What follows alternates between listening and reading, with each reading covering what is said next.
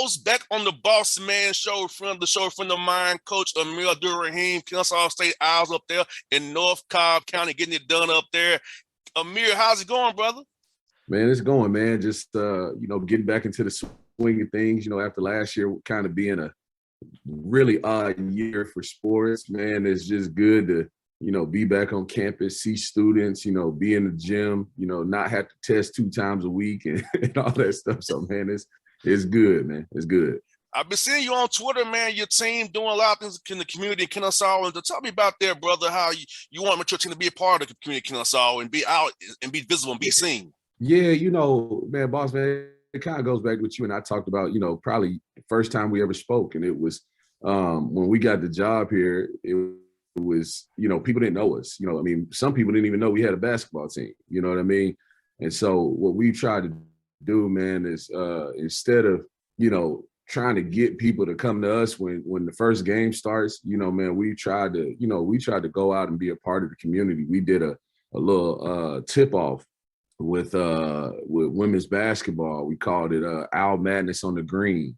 And it was sort of like a Midnight Madness type of deal, but instead of, trying to get, students these days to come inside, man, we just went and kind of threw like a little block party on campus, man, and, had a DJ, had music, had food, and man, we ended up having almost, 500-600 students come out, man, which was really awesome. So, just trying to connect with our campus, connect with the community and do our part.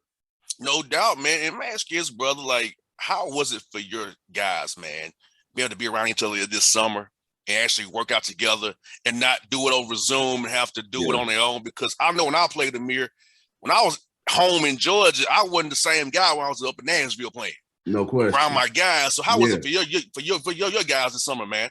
Man, you know what? It was therapeutic is what it was. I think for all of us, man. Because last year, we thought we were going to have a summer last year, got them here in July, but didn't know what it was going to look like.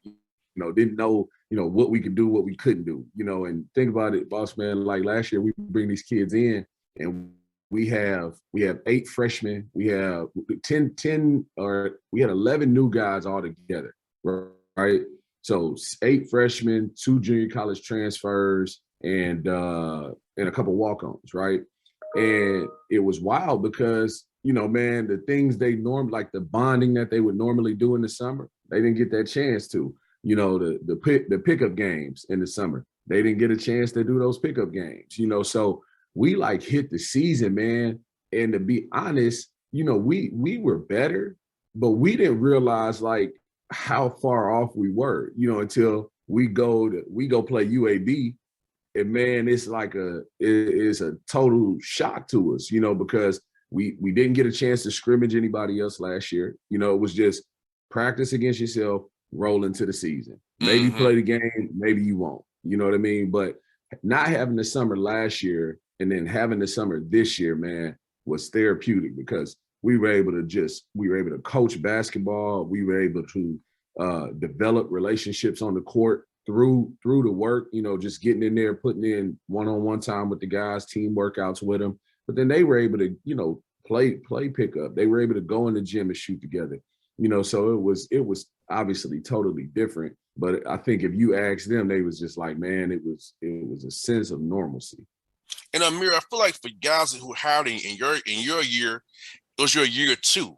So it kind of puts you starting over from scratch again almost. I know my man Crafton up at UMES in the same position where last year threw off his progress from year 1 because it's kind of like getting ready to count because of all of what went on. So you're having to reset again in year 3 here, get this thing back the way you had it going from year 1.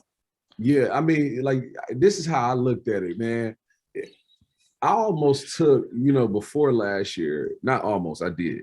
I took spring and summer workouts for granted, right? Like just, like, man, we gonna do them, but not really understanding how important they were to the development of your team, not just your players individually, but to your team. And so, we in year 1 and, man, year 1 was really, it was about changing like, culture. It was letting people know every night we play, regardless of the outcome, man, we were going to play hard, and that's the one thing year 1 I thought we did, regardless of the the record or what, man, we competed, like we played hard, right? Definitely. We just didn't have enough, right? We just didn't have enough. But then you go into year two, thinking you're going into year two, no spring workouts, no summer workouts. And again, it more so the freshmen than anybody, man, these dudes were thrown in the fire. Chris Youngblood, Brandon Stroud, man, these dudes were thrown in the fire. Really, if you think, like, I look at it like this, like Terrell Burton was a freshman again last year because he hurt his knee, second conference game of the season or the year. And so he didn't have spring workouts. He didn't have summer workouts, on down the line. So it literally it wasn't even a reset last year. It was, man, you better go in here, you better figure it out and go from there. So now the great part about going into year three was we had spring workouts in the weight room on the court, right? To set the tone. We had summer workouts, to build, leadership, to build development, to build team chemistry and bonding. And man, look, I'm not gonna be the one to make no excuse. Like, it is what it is. We got to make do with what we got to make do with. But the truth of it is if you ask anybody last year, period. I mean, look across the board, man. Duke struggled, Kentucky struggled. Mm-hmm. All these great programs struggled, because they had new kids in their program, and these are great coaches, Hall of Fame coaches that had great, elite talent. It don't matter if you can't work, if you can't develop, if you can't build chemistry. It don't matter. So again, man, we were, the best part about last year, Bossman, was this. And again, it just tells me like we're gonna continue to go in the right direction. In a world where, man, it's really me, especially with a younger generation, man, we played every game that was supposed to be scheduled. We had no stoppage, because our guys, they knew, look, man, we got to protect ourselves. We got to stay safe if this is what we want to play these games. And so we literally played every game that we were supposed to on our schedule, except one, like at the end of the year against Florida Gulf Coast, because they had some stuff come up. We were good. They had some stuff come up. So, man, I was proud of it, and I was proud of the steps we took last year. You should be proud because, I talk to coaches in your conference. They all tell me how good of a job you're doing and how hard your team plays. Your own peers say it about your team as well. That, hey, they say, Coach, we're doing a great job. His team plays hard every night. They don't give up no matter what. They play hard. So even your own peers in your own conference come on my show and say this about you, brother, that your team plays hard every night. No, I appreciate that, man. I got a lot of respect for the coaches in our conference, and they've been good, man. You compete against guys, but at the same time too, you take the Richie McKays, you take the Lenny A. Cups of the world, man. Those guys are really good dudes, man. And just like our team is learning, man, I'm learning. Like I give you a good laugh, man. Like I'm sitting here going into year three, and I find myself at times like, man, boy, you didn't have a clue year one. You know what I mean? Like you had no clue, what to do, what to expect. Like now, having those 2 years under your belt, how to approach certain things. I mean, not just being truthful. There were times I thought it was a stretch last year, Bossman, where, man, we had a chance to turn the corner. I really believe that, because we had lost, man, maybe 4 or 5 games, like close one, man, 4 points or less, something like that. And man, we're going down to North Florida, but we had lost. I can't remember who we had played. It may have been North Alabama or Bellarmine. And man, I was so fed up with losing these close games that, like, man, I got out of character with my team, and had I handled that situation a little bit better, right, man, I think we probably go down to North Florida and get one or two, get one of those games, and then who knows what happens after that, But I didn't realize that until, man, you get time to reflect, and I'm like, man, God dang, I handled that wrong, because again, when you're building it and you're trying to build leadership, like make it be a player-led team, you got to be the one to lead, right? Mm-hmm. And so if you go out of character, they're going to go out of character, and we go down to North Florida and we lose 2 close games, But the good part about it was I still have a good staff, man. These dudes, they tell me the truth. Ben Fletcher was the one who told me, like, hey, man, you gotta relax, man. It's a process. Sometimes you get caught up in the result. You get caught up in the result a lot. So, I'm fortunate. I really am. Bro, you sound like me how I sound when I first got on radio, bro. Like I figured this thing out 5 years ago. This is my 10th year. It took me the year 5 to figure this thing out the way I figured it out. I'm telling you, man, it's a process. So yeah, this is my 10th year doing radio. So yeah, man, you called me in 2012. I wasn't this polished or refined. I was a loose cannon. Oh man, if an answer wasn't what I wanted it to be, I would go off on the air. I'm telling you, man, it was crazy. And I'm like sitting there one day, and I'm like, man, why did you react like that, man? Like, because it's instead of like I saw it, like the effort was there, man. We just didn't know how to win. You know, like man, we be leading games, man. And it was like I could see it on their faces. It's like, you know, no matter how much you work on it in practice, because I mean, we do end of the half, end of game situations all the time, man. And man, like, you know, no matter how much you work on it in practice, you get to the game, and you know, even the limited amount of people we had in the stands last year, you know, it's still like, man, I would see their eyes get big. You know, again, we're starting. In my opinion, we're starting 4 freshmen in Terrell Burton, who I consider the freshman still, because, you know, he didn't have a whole freshman season. We started Chris Youngblood freshman, Brandon Stroud freshman, and then, well, I should say 3 freshmen. And then after that, you're starting Spencer Rogers, who, you know, is really in his 2nd year of Division I, because he plays a year at Troy, and he's a role guy, right? Goes junior college and then comes back to D1, and we needed him, you know, to be the guy, right? And then you start a kid, Alex Peterson, who in his first year in junior college, he walks on and then earns a scholarship. But now you throwing this dude in the fire, like, hey man, like y'all gotta help us, you know. And it took Spencer Rogers literally, man. I'll never forget. We were playing Jacksonville here the first weekend, I think it was, the first weekend of conference, and it's the 2nd game. And, you know, man, he probably got 14 points, boss man, you know, but like he could easily be at 24. I mean, he passing up shot. Man, I call him over and I'm like, my man, would you please go be the guy? And his mom is sitting across and the gym is so quiet. I'm like, my man, would you please go be the guy? And his mom was like, yeah, coach, tell him. You know, so you had guys still trying to figure out like their role, like what we want. And again, it took us to January to do that, because you didn't have the summer. You didn't have to, you know, say a scrimmage and an exhibition to figure out, okay, man, this guy, like, all right, we got to start pushing him to be the dude, you know, and he's got to understand he's got to be the dude, you know. So again, man, it's a process. That's all I can say, man. I hear that, bro. I hear that, man. And a lot of your roster, Amir, because you got some veteran guys now that you brought in, and some young guys in that pipeline, and that this extra COVID year helps you build some sensibility going forward, because you need that, and then you're making your program. So I feel like next year and the year after that, watch out for Kennesaw State. Yeah, no, for sure. Like and again, you know, as bad as I want us to, you know, man, take a huge step this year is going to be a process. Again, you know, we're a year older. You know, these guys are a year older. They got, you know, I guess now 24 games under their belt, probably, you know, somewhere between, you know, 75 and 100 practices under their belt. But, you know, you look at our schedule and we're rolling up against some heavy hitters, man. We're rolling up against some good teams and good programs, and it's going, you know, we'll figure it out, you know. But the one thing I know about our group, you know, and about our program is that, you know, we're going to be the same every day. We're going to compete every day. And I think because of those, you know, I think we lost 7 games last year. I was telling my brother and I were talking, and I said, yeah, man, last year, you know, we could have easily been 12-12, you know, instead of 5-19, you know, because we lose 7 games by 5 points or less.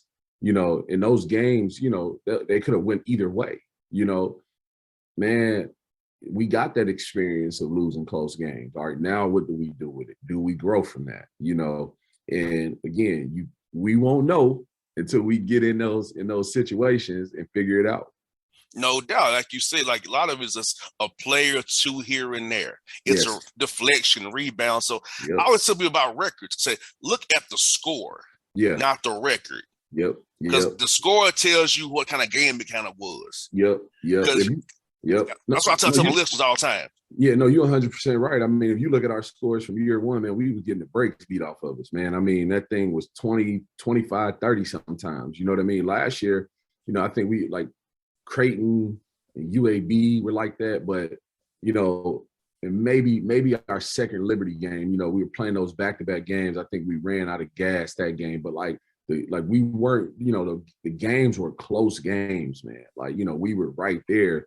You know, at times I thought the moment, you know, got too big for us, but the moment almost got bigger than the game. Like, hey man, just continue to do what you're doing. Like this is what it is. Don't worry about what they're trying to say, or what's going on over here. Stay focused in on this moment. And again, so that's what we honed in on that a lot this summer. We talked about it a lot. We talked about it becoming a player-led, player-driven team.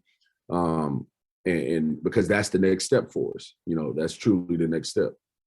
And I love your roster, Amir, because you have a lot of people from the area on the roster, a lot of Metro Atlanta people on the roster. So you're trying to also build a branch of the community where, hey, we're here for you.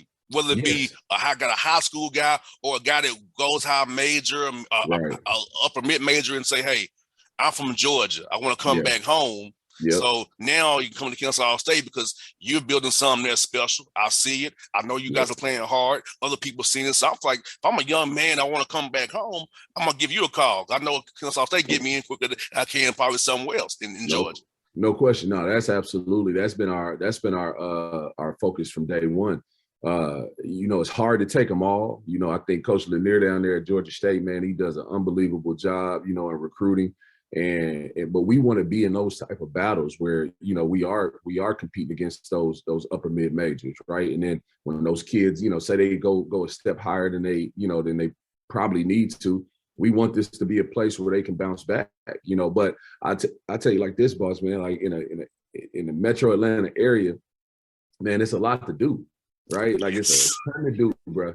And the truth of it is, you know, you want to get people in the stands. You want to get people coming to the games. And, you know, if I got a choice, if a kid has a choice between going down to the Battery and hanging out or coming to a game, you know, more times than not right now, they're going to go down to the Battery and hang out and come to a game. But you know what, if they went to high school with Chris Youngblood, or if they went to high school with Casey Jennings or Terrell Burton, or, you know, one of these guys that are you know, our local guys, man, now they're like, nah, man, I'm gonna go see them play. I'm gonna go see TV play. I followed him in high school. Same with the, you know, the parents and just the different people that have followed these kids throughout high school. And then, you know, even trying to, you know, dip into Alabama. You know, two of our bigs on our front line, one's from Mobile, one's from Montgomery. You know, so we're trying to make sure we cover, you know, not only home, but we cover the Southeast, you know, because there's just a ton of good players. And so again, you know, being able to bring a kid in here like Damon Robinson, man, you know, from Murray State, who's been a part of winning and can do some things that we haven't had here in the past, man, like that was a huge win. That was a huge win getting him. So, man, excited about him, excited about all our kids, man, you know, excited about Chris Youngblood going into his second year, excited about Spencer Rogers, you know, now knowing who he is, he knows who he needs to be, you know, and then I'd say the dude, man, that, you know, I'm really proud of, and I'm on his butt every day, but man, Terrell Burton, you know, just, you know, growing the way he's grown, you know, they just put out our Twitter feed, our SID just put out last night. They mic'd him up at a practice last week. And just to see that video, man, and it's not, that wasn't just because he was mic'd up. He's been like that almost every day, you know, we've practiced. But 2 years ago, man, dude wouldn't talk. Like when we got him as a freshman, we couldn't get him to call the play out.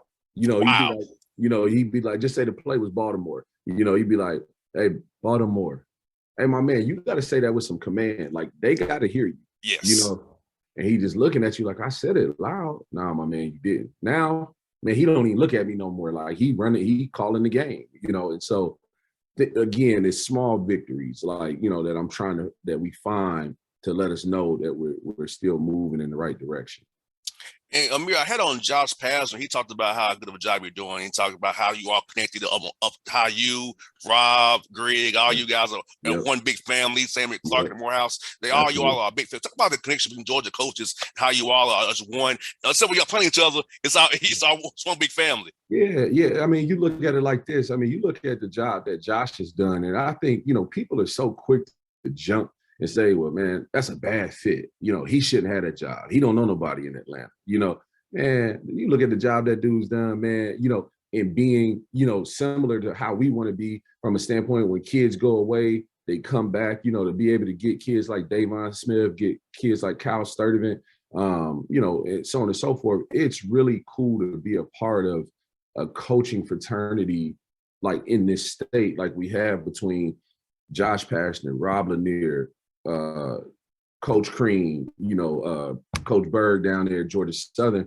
Coach Gary at Mercer. I mean, them some high level coaches, you know. So when I'm in here, you know, not that we're competing against them, you know, per se, but like I mean, that's motivation for me, right? Because I know those dudes are on their job, you know, in every area between, you know, X's and O's, recruiting, you know, game planning, how they go about it, you know, and I want us to be in that conversation of, you know, the better programs in the state, you know. So yeah, it's really cool. Rob has been, you know, Coach Lanier has been somebody, not that he even had to, man, like that, somebody that's just, you know, supported, man, in a way, you know, he and Cliff Warren, who's on the staff, both those guys have supported us in a way, man, that to be honest, you know, if, you know, Kennesaw State, Georgia State, we're going after the same kids, you know, but we hadn't allowed that to come between, you know, what our relationship is. Like, you know, they got a kid, Jamal Kleiss from Pebblebrook, Georgia State did. And I love Jamal Kleiss. You know, I love everything he about. And when Jamal Kleiss went there, man, I text Rob. I was like, man, that's a big time get, man. Like, I love that dude. You know, I thought we were gonna have a chance to get him, but you know, you get Chris and you get Brandon in that class before him, and he's probably, you know, maybe looking at it like, you know, but he goes to Georgia State, and more importantly than anything, he's gonna be with a man and men who can develop him. You know, so. Yeah, the guys in this state are great, man. Like, you know, it's never any, you know, negative recruiting, talking down, anything like that, man. It's just we go do our job. We just, you know, it is what it is. And, you know, you can't get everybody, but the ones you get, you're going to celebrate. No doubt. And see, you folks, me and Amir cool for one reason. We both are March dudes. Yes, our birthday is a week before Amir's birthday is. So, yes, sir. So yes, sir. We in the same month, a week apart, man. That's why we so cool, because we Pisces brothers with a week apart for our birthdays. There you go. There you go. Yeah, man. I mean, like I got a buddy, man, and we were talking about this the other day. He was like, man, you know, he was like, man, you know what's crazy? He's like, man, like all I ever hear you do is celebrate people, you know. And I'm like, yeah, like, you know, what I'm gonna hate for? Like, I was like, but I mess with him like, man, you know, Pisces people don't really hate like that, man. We kind of in our own lane. You know, we in our own lane. We minding our own business. You know, we going to help out when we can help out. But like, man, like what you doing ain't going to affect me. Like, I'm not worried about that, you know, because that's going to take away from my energy. So, no, you 100% right. 100% yeah, I just be like, man, look, we chilling, man. Look, it's all good. When March come around, it's all good. It's tournament time for our like, see, the thing about my birthday is it can be hot or cold. We don't really know what's going to be. It could be an 80-degree birthday, or it could be a 40-degree birthday. No question. You know, I tell you this, man, two of my most memorable birthdays, man, were playing in the NCAA tournament. You know, we go, when I'm at Murray State, man, we beat Vandy on a buzzer beater in 2010 on my birthday, man. Like, one of the best memories ever. And then I think my first year at A&M, or second year at A&M, first year we go to the Sweet 16. We beat who did we play? Golly, Wisconsin Green Bay on my birthday. So like I take that back. It was our second time going to the Sweet 16.